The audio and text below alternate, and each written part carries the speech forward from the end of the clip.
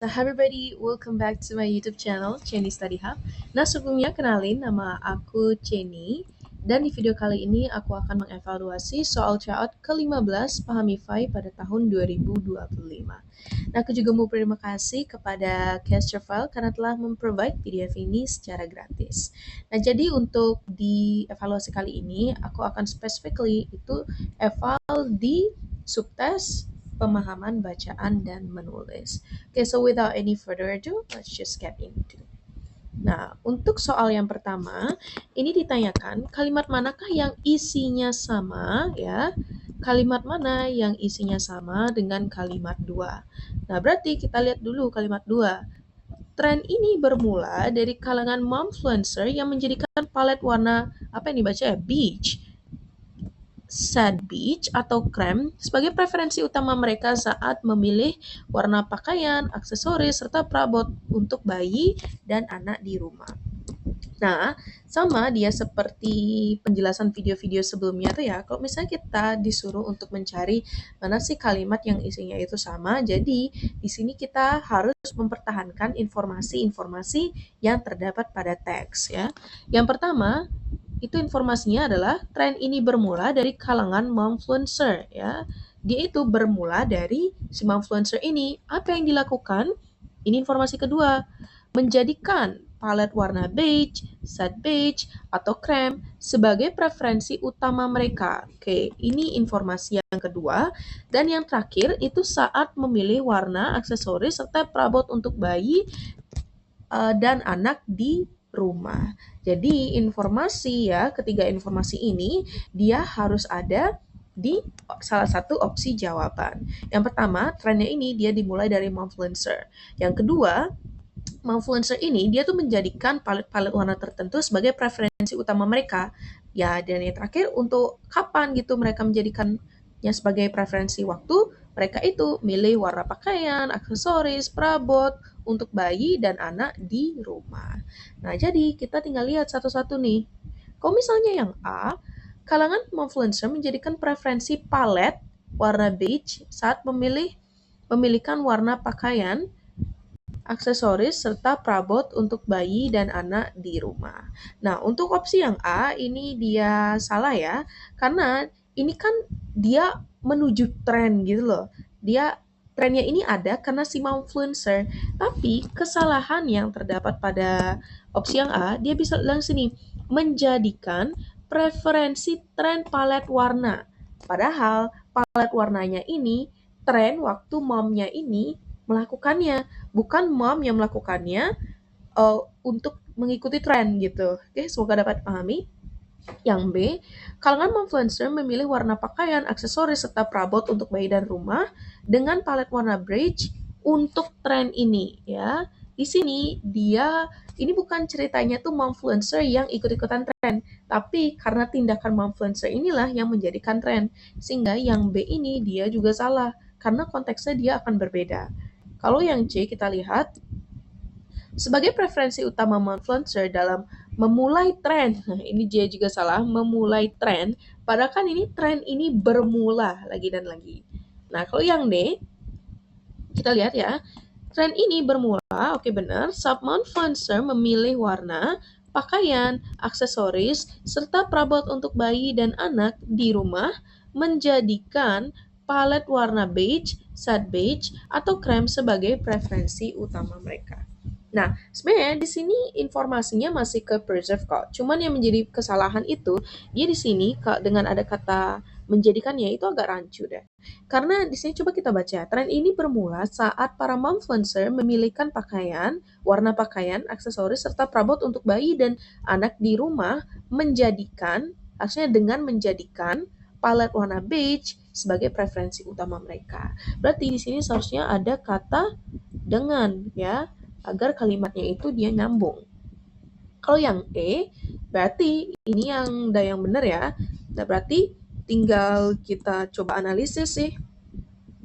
Tren ini bermula dari para influencer yang memilihkan warna pakaian, aksesoris, serta perabot untuk bayi dan anak di rumah dengan menjadikan palet warna beige, sad beige, atau krem sebagai preferensi utama mereka. Nah, jadi di sini ketiga informasinya itu sudah ada, sehingga jawaban yang tepat adalah opsi yang E. Oke, semoga dapat dipahami. Kita lanjut ke nomor 2. Nah, untuk nomor 2 ini ditanyakan terkait kita diberikan kata bercetak tebal nih, tapi yang cari yang salah ya. Terdapat kesalahan. Berarti karena ini dia merujuk kepada penulisan kata, kita akan berpegang pada prinsip kebakuan suatu kata. Oke. Semoga dapat dipahami. Jadi kita lihat aja langsung kata-katanya. Nah, yang pertama di sini ada kata aksesori. Apakah aksesori ini merupakan kata baku? Nggak ya, karena kata baku dari aksesoris, ini kan pakai S ya.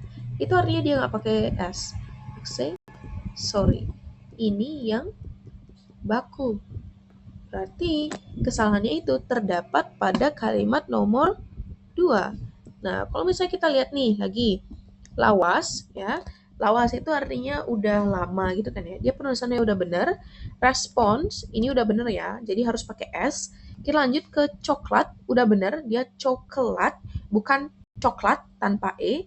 Dan yang dilansir ini udah bener ya. Karena dia merupakan sebuah imbuhan. Jadi dia digabung dengan lansirnya itu. Sehingga kesalahannya itu terdapat pada kalimat nomor 2. Aksesoris ini seharusnya dia apa? Aksesori. Nah, jadi seperti itu.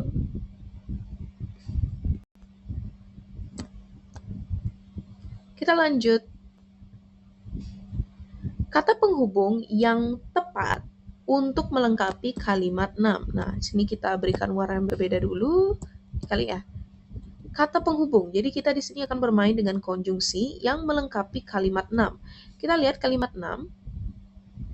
Nah, ini kan respon negatif muncul dari warna-warna gelap. Nah, pasti ini kan ngomongin warna gelap nih. Kita lihat kalimat sebelumnya. Respon positif muncul dari warna-warna cerah seperti merah muda, biru, dan merah muda, biru, dan merah. Oke, bla bla bla bla. Respon negatif muncul dari warna-warna gelap. Nah, ini kan ada dua kondisi ya, respon positif dan negatif. Berarti ini adalah dua kondisi yang berbeda. Nah, konjungsi untuk menghubungkan dua kondisi yang berbeda itu adalah konjungsi apa teman-teman? Exactly, konjungsi sementara itu. Nah, jadi kalau kita masukkan, respon positif muncul dari warna-warna cerah seperti merah muda, biru, dan merah. Sementara itu, respon negatif muncul dari warna-warna gelap seperti coklat, hitam, dan abu-abu. Oke. Oke, kalimat soal nomor 4 ya. Kita berikan warna yang berbeda.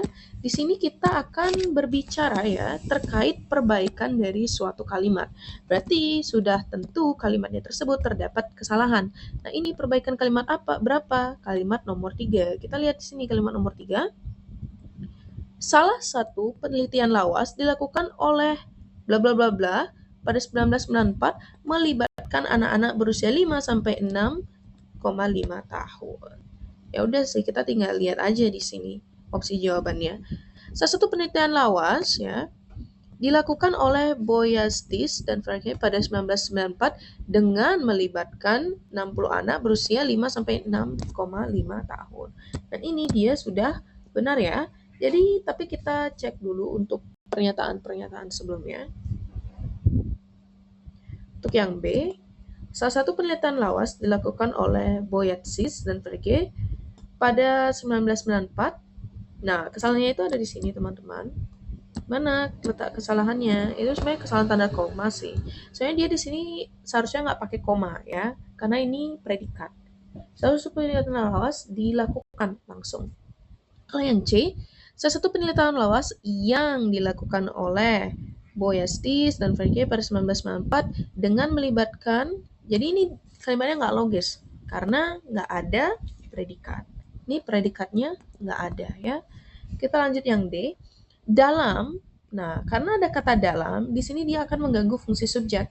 Makanya yang D sama E ini salah. Sehingga jawabannya tepat udah tentu adalah opsi yang A. Nah, segitu dulu untuk part 1 pembahasan tryout ke-15. Pahami Fi and see you ya on the next episode. in Cheney Study Hub with me, Cheney. Bye bye.